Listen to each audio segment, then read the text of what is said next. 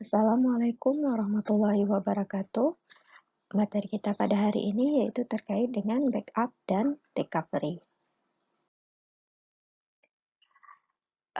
Backup data itu sebetulnya merupakan tindakan pencegahan yang dilakukan untuk berjaga-jaga apabila data mengalami kerusakan atau hilang.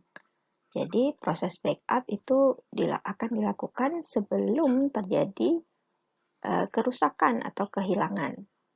Nah, sedangkan recovery data itu adalah proses pemulihan data dan sistem apabila telah terjadi masalah. Nah, jadi beda sedikit ya kalau backup itu berarti tindakan berjaga-jaganya. Nah, kalau recovery berarti sudah terjadi masalah, baru kita akan merecovery, mengembalikan kembali data yang sebelumnya telah hilang. Nah, kita lihat pertama sekali terkait dengan backup. Nah, apa yang akan terjadi jika non-volatile storage seperti RAM ini mengalami crash? Padahal semua transaksi yang sedang dieksekusi ini kan disimpan di main memory. Juga semua active log, disk buffer juga disimpan di main memory. Nah, solusinya dengan melakukan backup. Jadi, backup ini dilakukan dengan menyimpan salinan basis data dan sistem log hingga batas tertentu ke volatile storage. Ya, kalau sudah disimpan di volatile storage, maknanya bisa kita ambil kembali jika terjadi masalah.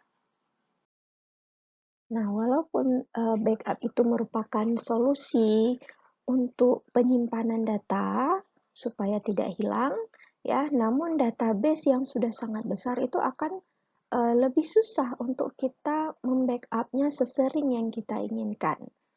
Nah, namun, karena basis data ini bisa kita restore dengan menggunakan sistem log, maka sistem log ini yang perlu kita backup sesering yang mungkin.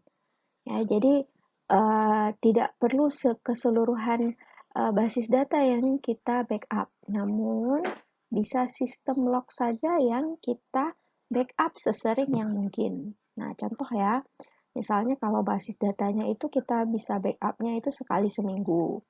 Namun kalau sistem log karena lebih kecil, maka kita bisa melakukan backupnya sesuai pilihannya ya, apakah per jam ataukah per hari.